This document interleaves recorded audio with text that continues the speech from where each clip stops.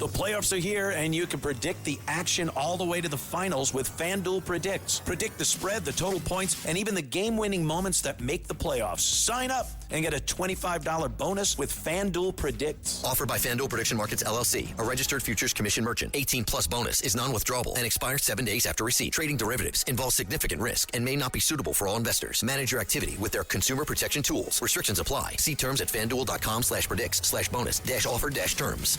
Listen, all you New Yorkers. Excuse me. Taxi. Okay, man, we're looking around. This is the 77 WABC minicast. I have a very good relationship with President Xi of China, and we work together very well. They're paying us substantial money, as you know. We've never got money before. You know, I listened to this Gordon Chang. He has no idea what he's talking about. We have been very tough on China. Tough but fair. And, you know, it's an amazing place. But I have a very good relationship with China, and they've been doing I put tremendous tariffs.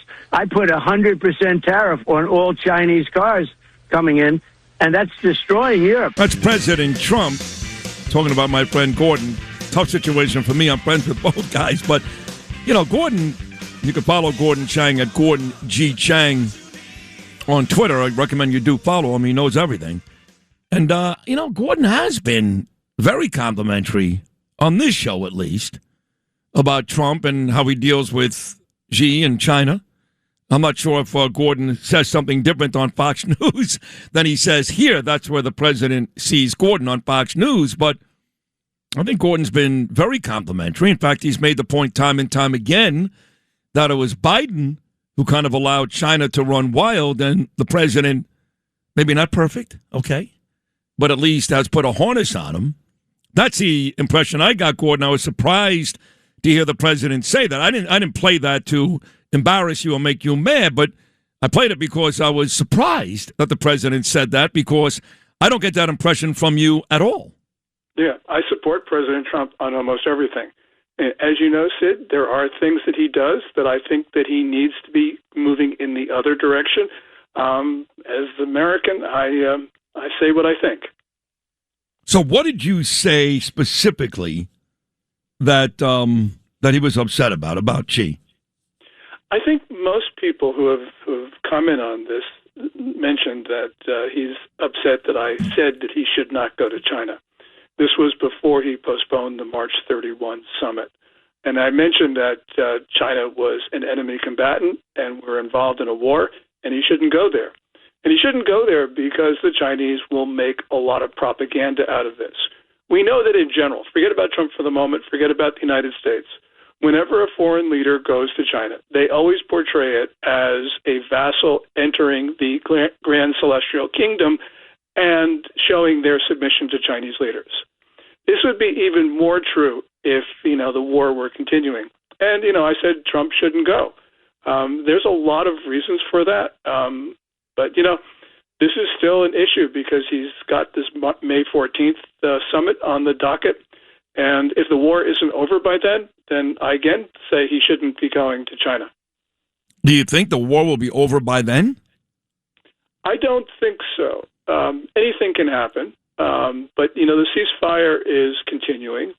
And as long as it does, it pushes a resolution of the war further into the future. I tend to think that President Trump is getting a little bit tired with the Iranians, and he's doing some really good things by, for instance, not sending negotiators to Islamabad, because the Iranians were saying they weren't going to meet Steve Witkoff and Jared Kushner. So I think it's great that the president decided not to send them. I would only ask the president, what took you so long? You remember going back almost 3 weeks ago on that Tuesday night when the president was promising to annihilate the civilization. He didn't mean kill civilians, take it easy. He meant destroy their infrastructure. And I was very disappointed, and still am, that he didn't do it. And there's another meeting, another extension, and I'm tired of it. So I think you're right. He's grown tired, but it's taken him way too long, in my opinion. And it does look like, from everything I read that you write and others, James Laporta, that the Chinese are trying to make sure that Iran can still fight. Isn't that true? Oh, that certainly is true. We have, for instance, all of these reports of China supplying targeting data to the Iranians, who are then using it.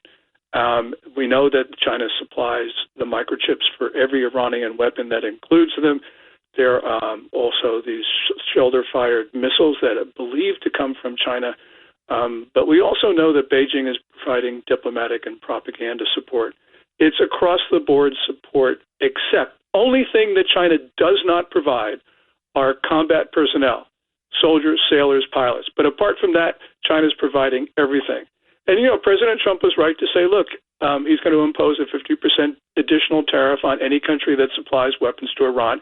And now he needs to do that to China because it's clear that China has continued to send weapons. We see all these images of Chinese cargo planes landing, military cargo planes landing in Iran. This is just not a good story for us. It's not just weapons. I'm reading everything from ships. The latest Iranian ship that was seized by us shows that Beijing is helping Tehran.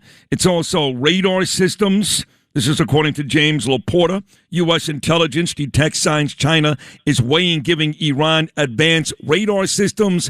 So the weapons are bad enough, but it seems like the Chinese are getting involved in this in many facets. Yes, well, Iran for a very long time was a Chinese proxy. Now, the mullahs don't think they're proxies for anybody, but when you look at the relationship, it was clear that China was providing everything and that they could not have attacked Israel, for instance, on October 7th, were it not for Chinese support.